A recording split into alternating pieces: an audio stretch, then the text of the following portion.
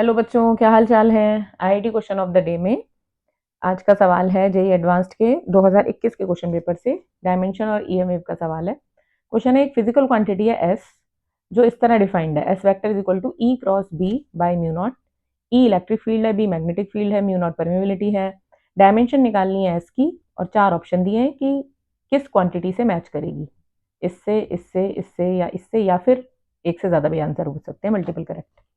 तो यहाँ पर देखिए, अगर किसी बच्चे को डायरेक्ट पता है कि यहाँ पर कि एस पॉइंटिंग वेक्टर होता है, तो पॉइंटिंग वेक्टर का जो डिफाइन होती है that is rate of flow of energy per unit area, तो वो यहाँ से डायरेक्ट निकाल सकता है, डायरेक्ट आंसर तक पहुंच सकता है। लेकिन अगर आपको पॉइंटिंग वेक्टर नहीं भी पता है तब भी आप इस सवाल को कैसे करेंगे, देखिए गिवन क्या है, S is equal to E cross B by mu naught. अब क्योंकि मुझे डायमेंशन की बात करनी है तो मैं क्रॉस को इग्नोर कर दूं तो E B by mu naught लिख सकती हूँ मैं, क्योंकि उसमें साइन थीटा आएगा और एंगल डायमेंशन लेस होता है क्रॉस में ना, ई क्रॉस बी, तो क्रॉस हटा दिया तो ई बी लिख दिया बाय म्यू नॉट।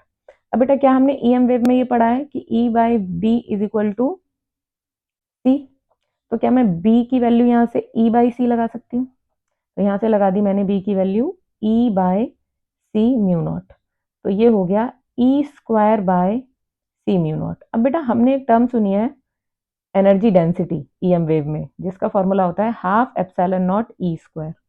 तो क्या मैं यहाँ पे 2 एप्सिलॉन नॉट से मल्टीप्लाई कर दूं और 2 एप्सिलॉन नॉट से डिवाइड कर दूं, तो 1/2 एप्सिलॉन नॉट ई स्क्वायर ये बन जाएगी एनर्जी डेंसिटी, ऊपर बचा 2 को इग्नोर भी कर सकते थे क्योंकि अगेन डायमेंशन लेस है। तो यहाँ पर क्या बचा नीचे, सी म्यू नॉट एप्सिलॉन नॉट। ठीक है, तो 2 की तो कोई डायमेंशन होगी नहीं। बेटा एनर्जी डेंसिटी, तो एनर्जी डेंसिटी को लिख देते हैं हम ई डी। अब बेटा यहाँ पे क्या हमने ये भी सुना है कि C is equal to 1 upon, सुना क्या है, पढ़ा है, C is equal to 1 upon under root mu naught epsilon naught. तो क्या यहाँ से म्यू नॉट एप्सिलॉन नॉट की वैल्यू आ जाएगी दोनों तरफ रूट लेके 1/c²।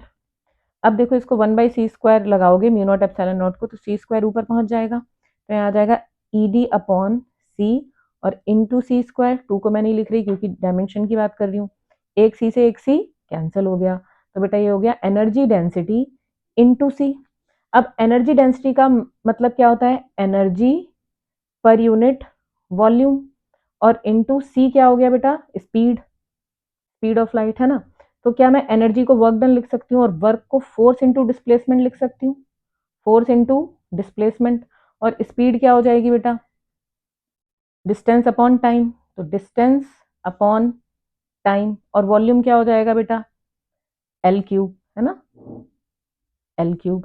तो यहाँ पर बताओ क्या डिस्टेंस को मैं यहाँ पे सोचो एल लिख दूं और इधर डिस्टेंस को भी एल लिख दूं, तो क्या एक एल से 2 एल, ये एल और एल एल स्क्वायर और नीचे वाला कैंसिल, तो ये हो जाएगा फोर्स इंटू इंटू इंटू कुछ आएगा नहीं, फोर्स इंटू कुछ नहीं आएगा क्योंकि कैंसिल हो गया, अपॉन टाइम और एक लेंथ बच गई। तो force upon time into length का कोई ऑप्शन है, यस देखो बी ऑप्शन है।